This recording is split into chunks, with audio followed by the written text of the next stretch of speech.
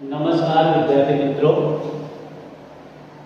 આજે આપણે ધોરણ 6 માં સામાજિક વિજ્ઞાન વિષયની અંદર પાઠ 1 જેનું નામ છે ચાલો ઇતિહાસ જાણીએ। વિદ્યાર્થી મિત્રો, ઇતિહાસ જાણવામાં કોને રસ ન હોય? આપણે જોઈએ અહીંયા આગળ કે માની લો કે પ્રાચીન સમયમાં જે આપણા પૂર્વજો રહેતા હતા, કેવું જીવન જીવતા હતા, કેવો ખોરાક ખાતા હતા, એ બધું આપણે ઇતિહાસને જાણીએ તો જ જાણીએ। તો આપણે ઇતિહાસને જાણવા માટેના સ્ત્રોતો કયા કયા છે, શા આધારે આપણે ઇતિહાસને જાણી શકીએ, એના માટે એક વાત કરીએ કે ગુજરાતની અંદર, કચ્છની અંદર ખદીર બેટ ખાતે જે ધોળાવીરા આવેલું છે, એ ધોળાવીરાનો ઇતિહાસ એમ કહેવાય છે કે 4000 વર્ષ પહેલા એની સ્થાપના થઈ હતી, એની નગર રચના થઈ હતી। હવે એ 4000 વર્ષ પહેલા એની રચના થઈ હતી, કયા આધારે તમે જાણી શકો? તમે નગર નીકળ્યું ખોદકામ દરમિયાન અને તમે કહી દેશો કે આટલું જૂનું છે? ના, ઇતિહાસ જાણવા માટેના કેટલાક સ્ત્રોતો હોય છે, કેટલાક એ સ્ત્રોતોના આધારે જાણી શકાય। ઉદાહરણ તરીકે, નગરને જ્યારે ખોદતા હોય ત્યારે ખોદતા ખોદતા ક્યાંક પ્રાચીન સમયની અંદર એ ભાષામાં લખાયેલી લિપિ, એ ભાષાની અંદર જે લખાણ હોય, હવે એ પણ આપણે જાણી શકીએ કે પહેલાંના સમયની અંદર કોઈ પુસ્તક કે કંઈ કાગળો બીજા આવતા ન હતા, તો શેના ઉપર લખાણ કરે? સ્વાભાવિક વસ્તુ છે। તો એ લોકો કાં તો પથ્થર ઉપર કોતરણી કરીને લખાણ કરતા, જેને શિલાલેખ કહેવાય, કાં તો પછી તાડપત્રો ઉપર લખાણ કરતા હોય, ભોજપત્રો પર લખાણ કરતા હોય, એમ જુદી જુદી રૂપે જે લખાણ લખેલું હોય એને એ ઇતિહાસવિદો એનો અભ્યાસ કરે અને એના આધાર ઉપરથી એ ઇતિહાસ કેટલા વર્ષ જૂનો છે અને એ લોકો કઈ રીતે જીવન જીવતા હતા એ જાણી શકીએ।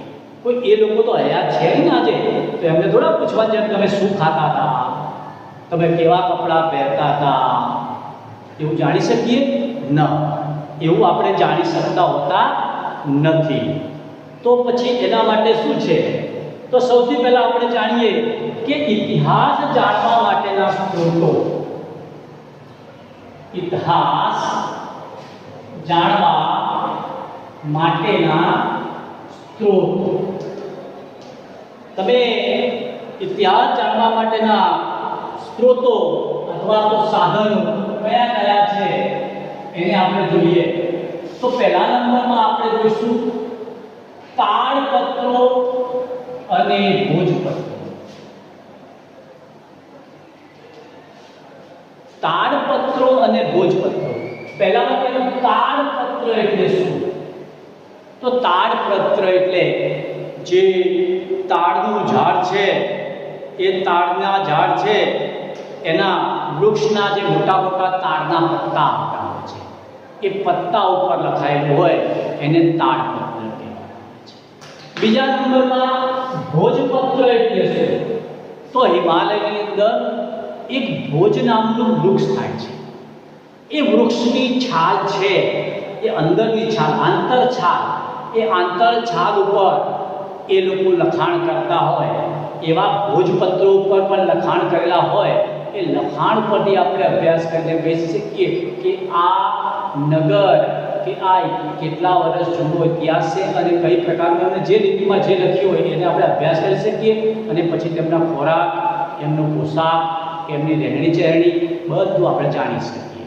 તો મિત્રો, આપણે અહીંયા આગળ જોઈશું કે તાડપત્રો અને ભોજપત્રો કેવા હોય છે અને કયા પ્રકારના લખાણ હોય છે એનો પણ આપણે અભ્યાસ કરી શકીએ। અને એના આધારે આપણે જીવન જીવવાની એમની શૈલી કેવી હતી, પદ્ધતિ કેવી હતી એ જોઈએ.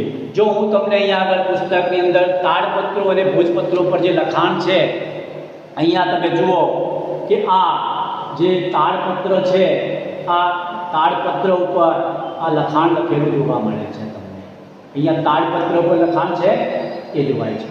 જ્યારે અહીંયા આગળ મેં કીધું ને ભોજપત્ર એટલે હિમાલયમાં તથા ભોજ નામના વૃક્ષની ઉપર જે છાલ છે, આંતર છાલ, એના ઉપર આ જે લખાણ લખેલું છે એને ભોજપત્ર હોય છે.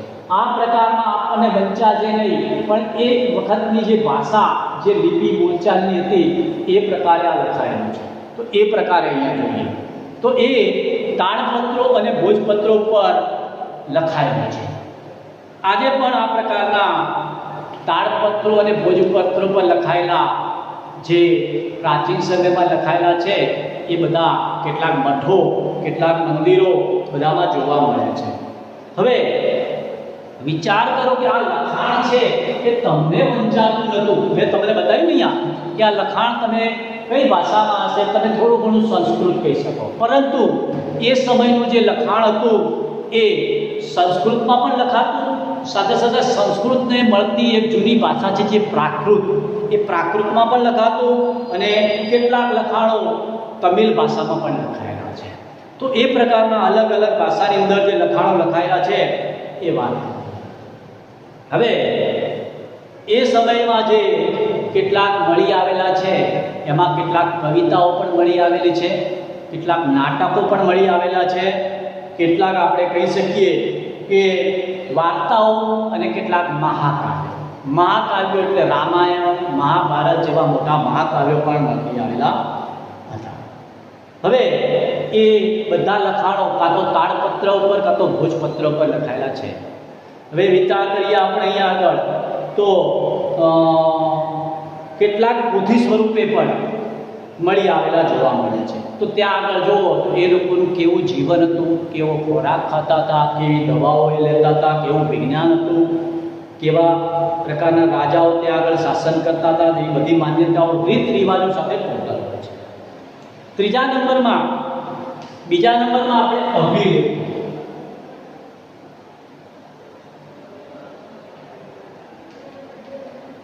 બીજું એટલે ઇતિહાસ જાણવા માટે કે એ લોકો કઈ રીતે જીવન જીવતા હતા, તો એ અભિલેખો. અભિલેખો એટલે શું? અભિલેખો એટલે શિલાલેખ કહીએ, પથ્થર ઉપર કોતરીને લેખ લખવામાં આવ્યો હોય એ પ્રકારના અભિલેખો. તમે અહીંયા આગળ જોઈ શકો છો કે આપણે જૂનાગઢની અંદર ગિરનાર પર્વત ઉપર બરોબર અશોકના શિલાલેખો અહીંયા જોવા મળે છે. અહીંયા આકૃતિમાં બતાવેલા છે તમને અભિલેખોમાં કે સમ્રાટ અશોકના શિલાલેખો એ પણ અભિલેખો તરીકે ઓળખાય છે. તો આપણે જાણી શકીએ કે રાજાઓ પોતાના કેટલાક આદેશો કે એ શિલાઓ પર કોતરતા હતા, જેમ સમ્રાટ અશોકે પણ કોતરેલા છે. તો આ પ્રકારના રાજાઓ અને રાણીઓ એ રાજ્ય, વિજય, ધર્મ, સંસ્કૃતિની માહિતી એ પોતાની આવા અભિલેખો પર કોતરણી કરીને લખીને લખતા હતા. એવા અભિલેખો પણ જાણીતા છે અને એના આધારે પણ આપણે એ સમયના ઇતિહાસને જાણી શકીએ કે સમ્રાટ અશોકના સમયે કેવી રાજ્ય વ્યવસ્થા હતી, કેવી રહેણી કરણી હતી, કેવી જીવનશૈલીઓ હતી, કેવા લોકો ધર્મ પાળતા હતા, એ બધી વાતો આપણે જાણી શકીએ. ત્રીજા નંબરમાં છે તામ્રપત્ર. તામ્ર એટલે તાંબુ. તાંબુ એટલે તાંબુ.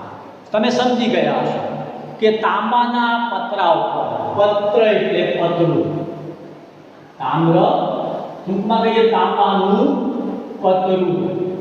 તાંબાના પતરા ઉપર, તાંબુ એનું પતરું બનાવેલું હોય એ પતરા ઉપર પણ એ લોકો લખાણો કરતા હતા.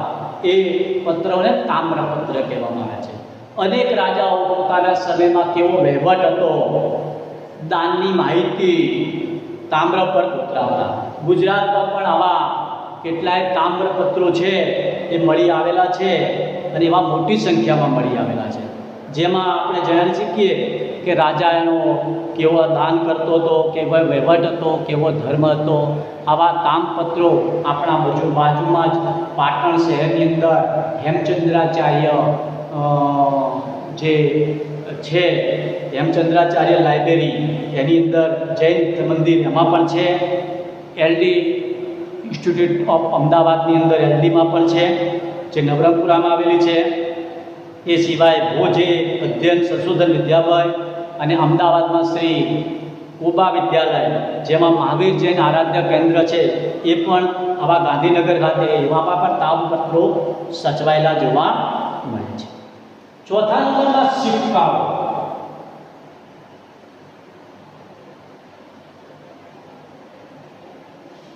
દરેક રાજા પોતાના રાજ્યની વહીવટ સમયે નાણાંમાં, ચલણી નાણાંમાં પોતે સિક્કાઓ બહાર પાડતા. ઘણા બધા રાજાઓના સમયમાં આવા સિક્કાઓ બહાર પડેલા છે. એ ધાતુના સિક્કાઓ હોય, એ ધાતુના સિક્કાઓ પર પોતે રાજા પોતાનું નામ લખાવતો હોય, પોતાનો ફોટો હોય, તેના ધર્મનું કોઈ ચિહ્ન હોય, સંસ્કૃતિ વગેરેની માહિતી એના આધારે મળતી હોય છે.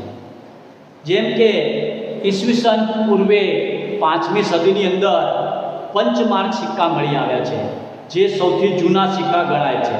એ સિવાય ગ્રીક રાજાઓ એમના સમયની અંદર અને મૌર્ય રાજાઓ અને ગુપ્ત રાજાઓ એમના સમયની અંદર પણ સોના અને ચાંદીના સિક્કાઓ મળી આવેલા છે. તો એ સિક્કાઓના આધારે પણ આપણે જાણી શકીએ છીએ એ પંચમાર્ક સિક્કાઓ. એ પણ અહીંયા હું તમને ચિત્રમાં બતાવીશ કે ધાતુના ટુકડાઓની છાપ ઉપસાવવા બીબા કરવા માટે દબાણ આપી અને આવા સિક્કા બનાવવામાં આવે છે. એ અહીંયા હું ચિત્રમાં તમે બતાવું કે જૂના જમાનાના આ ચલણી સિક્કાઓ છે, જ્યારે અહીંયા પંચમાર્ક એટલે દાબાલી અને છાપ એની ઉપસાવવામાં આવે. જેમ કે આ સિક્કામાં એની છાપ બહારની તરફ દેખાય એવા પંચમાર્કના સિક્કાઓ પણ જોવામાં આવે છે. તો વિદ્યાર્થી મિત્રો, આપણે આજે આટલું ઇતિહાસ જાણવાના સાધનો વિશે અભ્યાસ કર્યો. અગાઉ આપણે ઇતિહાસના અભ્યાસીઓ, જે પુરાતત્વ શાસ્ત્રીઓ, ઇતિહાસવિદો અને પ્રવાસીઓ છે, એમના વિશે અભ્યાસ કરીશું. Thank you.